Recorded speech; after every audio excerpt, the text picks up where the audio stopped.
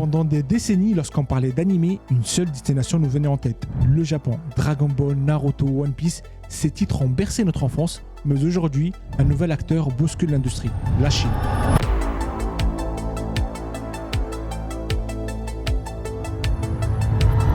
Salut à tous, aujourd'hui on va parler sérieusement d'une tendance qui pourrait complètement changer le visage de l'animation. Je parle de la montée des animés chinois. La question est sur toutes les lèvres, elle fait le buzz en ce moment et elle divise les communautés. Est-ce que l'animation chinoise va vraiment détrôner l'anime japonais? Est-ce qu'on est à l'aube d'une nouvelle ère ou c'est juste un simple phénomène passager?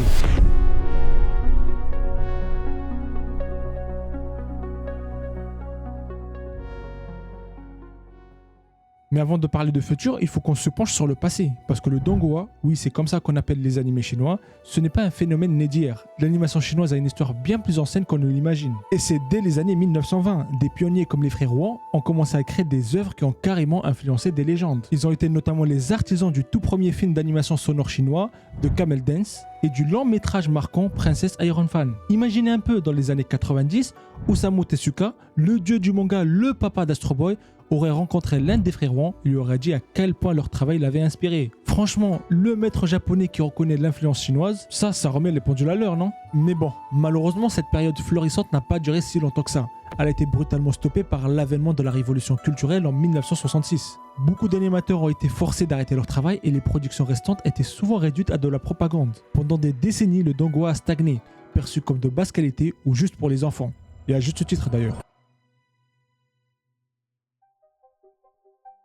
Mais le 21e siècle a sonné le réveil. La Chine a décidé de relancer la machine avec une volonté forte de créer une nouvelle identité pour son animation, à travers des efforts créatifs individuels comme on l'a vu sur Foggy le 5 Element, ou même des projets à gros budget. Et le gouvernement chinois a joué un rôle clé là-dedans, parce qu'ils ont compris que l'animation ce n'est pas juste de l'art, c'est aussi un levier culturel et économique super puissant. Et c'est là que les choses deviennent sérieuses. Pour comprendre, il faut savoir qu'aujourd'hui, le marché mondial de l'anime est en pleine explosion. On parle de 34 milliards de dollars en 2024 et potentiellement plus de 100 milliards de dollars dans les 10 prochaines années. La Chine, avec sa croissance économique, veut sa part du gâteau. Et ça se voit. Le gouvernement chinois met le paquet. Il encourage fortement le développement du donghua avec des avantages fiscaux pour les studios et les salaires des animateurs sont beaucoup plus élevés par rapport au Japon. Il y a aussi les géants tech comme Tencent et Bilibili qui investissent des sommes colossales. Tencent par exemple a un écosystème complet, manga, animation, jeux vidéo et j'en passe. Et Bilibili est parti d'un simple site de partage et aujourd'hui un géant culturel pop qui rachète des studios d'animation. Sony a même investi des millions dans Bilibili. Dans une interview récente, le PDG de Bilibili, Shen Rui, expliquait clairement leur ambition.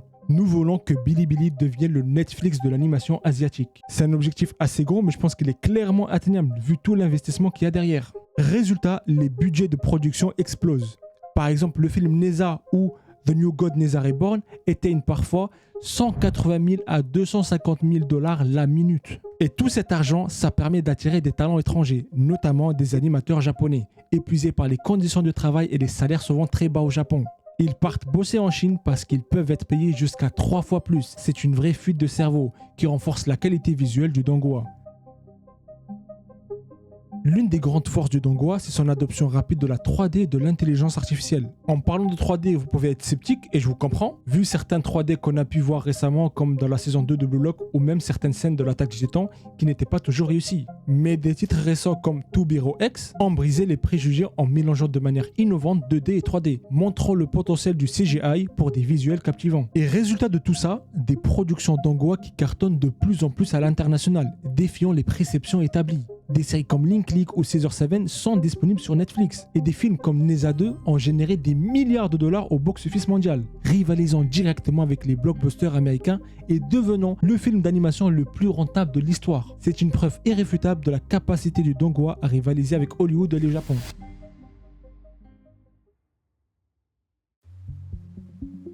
Bon, on a vu que la Chine a des arguments de poids, mais est-ce que le Japon est en train de s'endormir sur ses lauriers? Est-ce que le donghua n'a pas aussi ses propres galères? C'est là qu'on va vraiment comparer les deux. Commençons par l'anime japonais.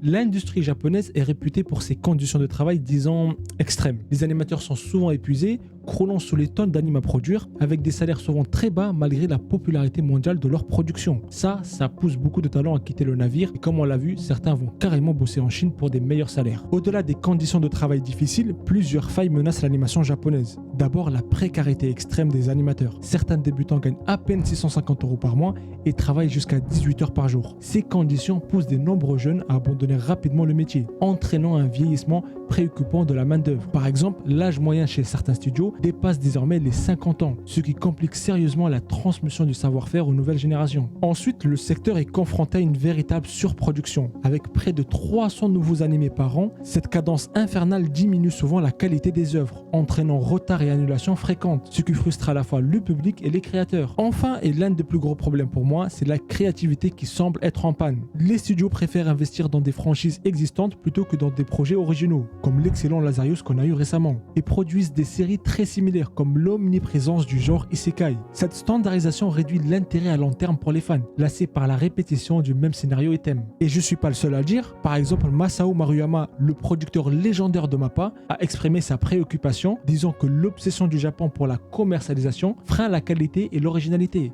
Et c'est pas le seul à partager son inquiétude publiquement. Récemment, l'animatrice japonaise Terumi Nishi, connue pour son travail en tant que chef directrice d'animation sur des titres comme Jujutsu Kaisen, JoJo Bizarre Adventure et plein d'autres animés connus, a partagé un avis très tranché sur Twitter. Elle déclare, je cite, « Honnêtement, eux, ils écoutent vraiment avec humilité. On sent qu'avec la nouvelle génération, ce sont des vrais passionnés qui dirigent. Forcément, ils nous surpassent. L'état d'esprit je veux devenir meilleur est totalement différent. Et ils disposent aussi des moyens financiers beaucoup plus conséquents. » Tous ces facteurs combinés, précarité, vieillissement, surproduction et manque d'originalité fragilise l'industrie japonaise, offrant ainsi une opportunité aux concurrents, notamment chinois, de gagner du terrain. Mais tout n'est pas rose en Chine non plus. Le Donghua, malgré son ascension, est confronté à des défis majeurs, surtout pour son expansion internationale. Le plus gros, c'est la censure gouvernementale. Le gouvernement chinois impose des restrictions strictes sur le contenu jugé contraire à la culture nationale, ce qui a conduit à l'interdiction ou l'annulation de nombreuses séries d'animés, y compris des animés japonais populaires comme Death Note ou l'Attaque des Titans, qui sont censurés en Chine. Cette surveillance créative limite la liberté d'expression des animateurs et peut entraîner une homogénéisation des récits, favorisant des thèmes plus sûrs ou éducatifs, au détriment de l'originalité et de la diversité. Maruyama lui-même a souligné dans une interview que si la Chine n'a pas encore dépassé le Japon, c'est principalement à cause de la censure. Ensuite, il y a la barrière culturelle et linguistique. La plupart des donghua sont doublés en chinois, ce qui peut être un obstacle pour les spectateurs occidentaux habitués au doublage japonais ou anglais. Même si la Chine commence à comprendre l'importance de ces marchés et double désormais activement ses animés en japonais pour toucher un public plus large. Franchement, si on regarde tous les éléments, ma conviction c'est que la réponse ce n'est pas un simple oui ou un non. L'animation japonaise a une place profondément enracinée dans la culture populaire mondiale et continuera d'innover. Elle a une histoire, une diversité du genre, même si on a beaucoup d'isekai, il ne faut pas oublier tous les autres genres, et une fanbase mondiale qui ne disparaîtront pas du jour au lendemain bien sûr. Mais une chose est certaine, le donghua est en train de devenir une alternative sérieuse qui va enrichir l'offre et accélérer l'évolution de l'animation. Et ça c'est une excellente nouvelle pour nous les fans. Je suis même convaincu que dans les années à venir, nous verrons émerger un animé 100% chinois capable de rivaliser directement avec des mastodontes comme Jujutsu Kaisen, Demon Slayer ou My Hero Academia. Tout ce que j'ai envie de vous dire, préparez-vous parce que le futur de l'animation s'annonce plus diversifié et passionnant que jamais. Merci d'avoir regardé la vidéo, j'espère que cette plongée dans l'univers du donghua et de l'anime vous a plu. C'est ma première vidéo longue sur YouTube, j'attends vos retours et dites-moi dans les commentaires quel est votre meilleur donghua.